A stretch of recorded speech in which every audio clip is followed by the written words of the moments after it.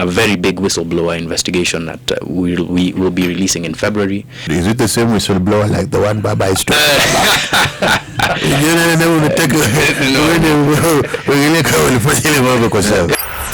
Did you listen to the Hot Breakfast this morning?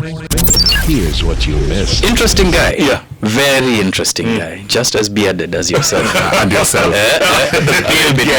Although he sent me a picture the other day and he's shaved down completely. Right? Oh, like rebranding. I think he was getting too much attention. I think so. And he shaved his dreads and he trimmed his beard. He looks like a completely different person. Wow. Completely. Yeah, I mean, his perspective on what happened, like if you listen to his and his alone, you can very easily be convinced that what happened was his narrative, and I think largely that's what was out there, right? So Omar's narrative, because he spoke to the press a lot, he was the focus when he was arrested, when there was an inquest, but the Keroche, the Karanjas, I should say, had been largely silent about what happened to Tekra.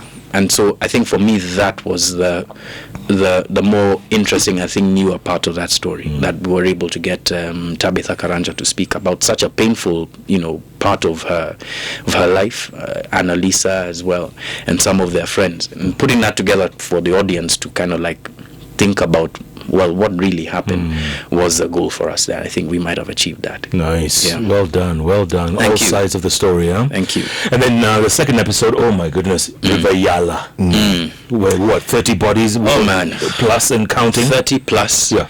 I think tactics might have changed once it was revealed that there were so many bodies in the river. But I think for me the bigger issue with River Yalla is really something that ought to be a national conversation. How do you allow for not 1, not 2, not 10, but over 30 bodies to be dumped in the river, and there's no serious inquiry, there's no serious investigation, and it's not part of a national conversation until we reveal exactly what happens, right? We're becoming, in a sense, like Mexico, where people can be dumped and buried, and the victims, the family members of victims are the ones who have to go and pursue justice on their behalf. It really should be the concern of any government, whether this one or the past one, that these kinds of killings happen and they are dumped like that. But then again, River Yalla is not the only river in this country where multiple bodies have been found. And I think the thing for me with River Yalla was you could tell that this was sort of repeated behavior. Guys are stuffed in sacks, like the guy who would fish them out of the river, Nicholas Okoreokite, who happens, interestingly, to be a neighbor to the late George Magoha. He was showing us they would break down the bodies, cut open the mouths and stuff the hands of their victims into the mouth, fold them, and then stuff them into 40-kilogram sacks. And this is not 1 or 2, multiple bodies, like multiple bodies. Lord.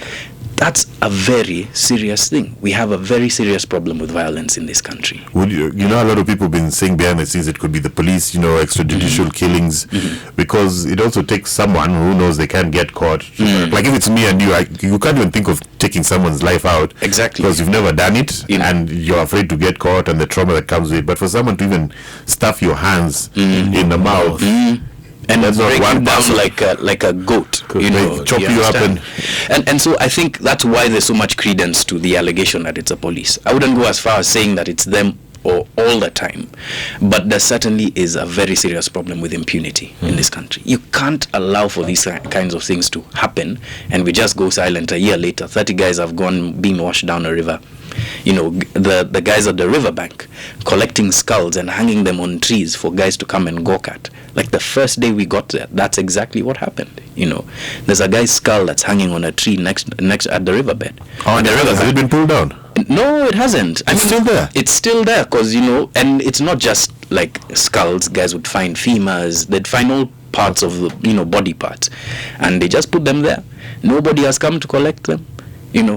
That is evidence. That is someone who was alive, possibly a few years ago. And no one has claimed them. Okay, when they do the identification, they say this is so and so. Did you guys also manage to find out if they had any, criminal cases ongoing? Because yes. For extrajudicial killings, sometimes people are persistently doing crime. That's a very astute point that you made, because a majority of the people who are identified have criminal pasts. So con men, guys who are doing wash, guys who are involved in like land deals, these kind of shifty land deals, but wind up at the river. You know, inside the river, in the belly of the river. But again, the question that you want to ask is, then why do we have laws, right?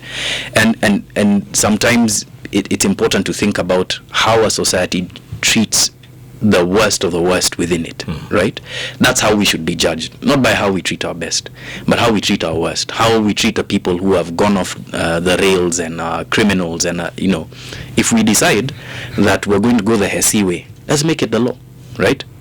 Put it part of the statute books and say a criminal who is caught doing whatever can be gunned down, and that's it. But as long as we aspire to higher values as a society, then we must try at the very least to ensure that those things are followed. At the end of the day, you know, when our children and whoever is looking at this society, they want to feel like they are part of perhaps a society that aspires to and also attains higher moral, social, legal values in this country. Absolutely. What else are you working on, John? So, wow, there's a bunch of stuff outside of the last store. We've got at least 3 investigations that are running right now. There's one that's about to be published on illegal power and water connections in the city, and I mean, it comes at a good time when our electricity bills are going up and will likely go up by about 20-30%. That one's called, it's called Ghetto Gava. That one will be on our YouTube page. So we spent our producers Sam Munia and Joy Kirigia spent about 6 months with undercover investigators in Mathare, Kibera, and in different parts of the city, just trying to figure out who these people who are making all of these illegal connections and profiting off of them are, to also just show people what's happening in society. So there's that. There's a very big whistleblower investigation that we will be releasing in February, and a couple that will be interesting for people who are invested in agriculture to watch in March or April. So, is it the same whistleblower like the one Baba is talking about?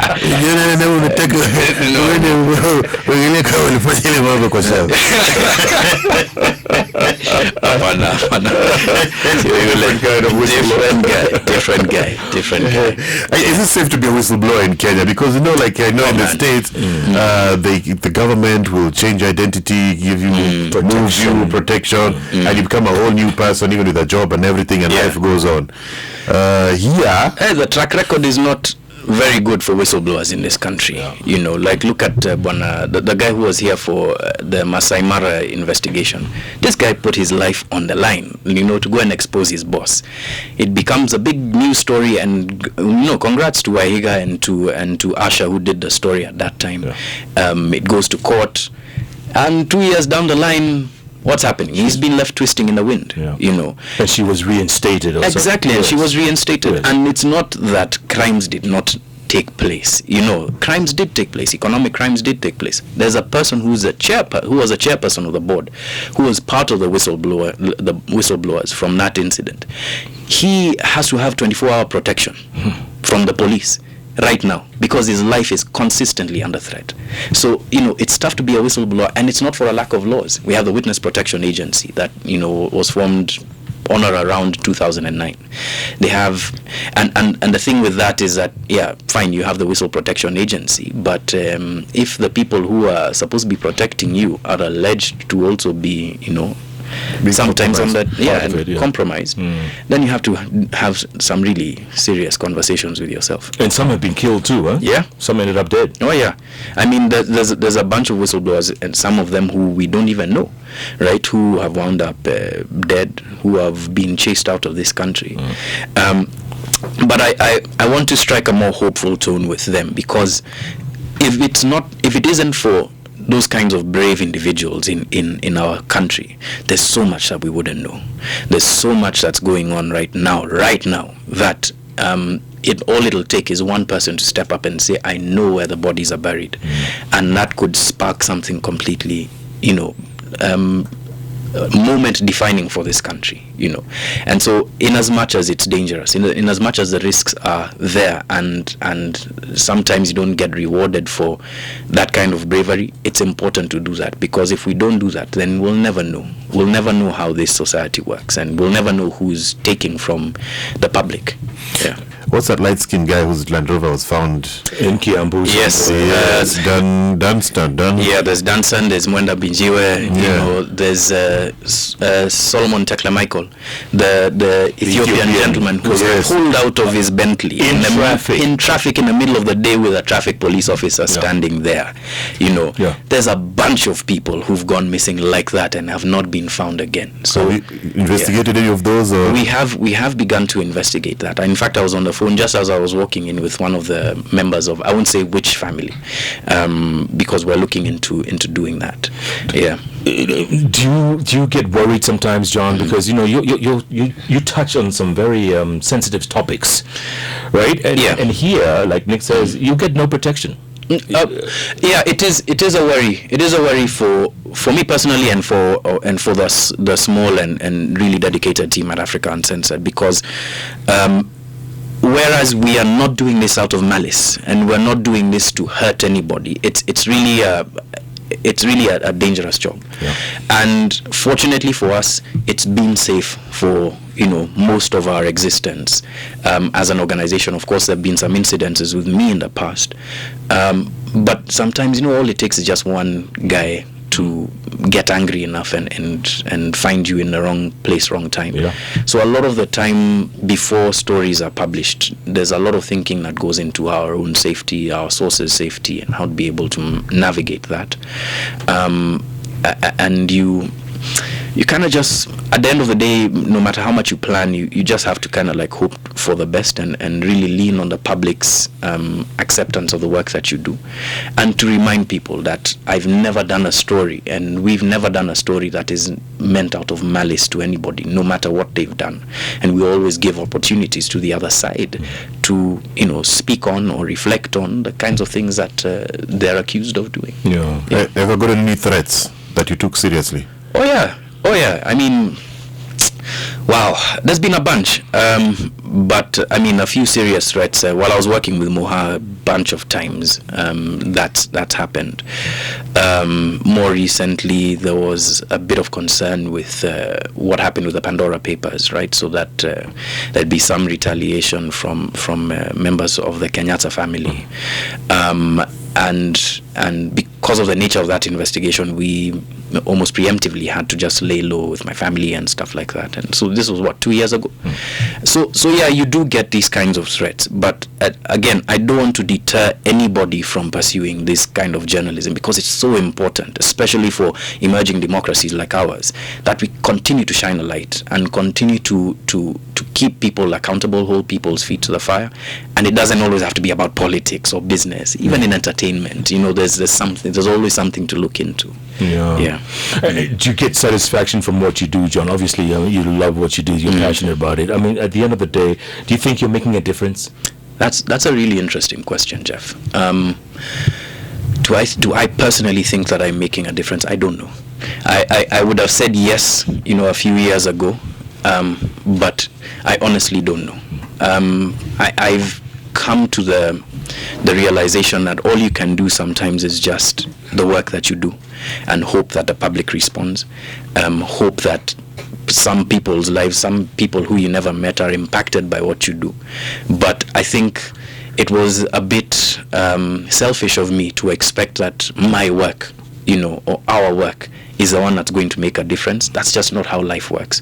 That's not how society works. And I guess as you grow older in this profession, you kind of come to accept that all you really can do is just what you're able to do, and push as much as you can, and then leave it to the fates to decide. Maisha Magic Plus, is that available in the region? It is. It is available in the region, so you'll be able to get Last Door on Maisha Magic Plus. Is repeats 4 p.m.s, I think, every Tuesday or Wednesday. The main show runs at 8 p.m. On Maisha Magic Plus. It also does on GoTV. And then if you're on like the premium package for DSTV, then it'll also be on DSTV Catch Up. So if you're the sort of person who likes to binge, just wait a couple of weeks, and then all 8 episodes are going to be there, and you can watch everything. Which one is going to be on this weekend? This weekend is a story of a young girl called Namu. Her name might not be recognizable to many people, but her story certainly is. She was killed in Onyonka Estate in Langata, and her boyfriend ran something off to, this year? Yes, late last year, ran off to Malaba. And so we get to speak to the family. Of course, we got access to Mbogwa's family as well, and the crime scene. But with the last door, what I should say is that in as much as we focus on one crime, we're always trying to speak about a bigger issue. The bigger issue with this episode is femicide. And since 2020, gentlemen, there have been a lot of women who've lost their lives simply because they're women or they're in relationships. It's a global trend. But if you look here, almost every other week, you'll hear a story about a girl who's been killed by her boyfriend, stuffed underneath a bed, or a girl who was in a fight with someone, pushed down a flight of stairs, or off the top of a building. That's the real issue.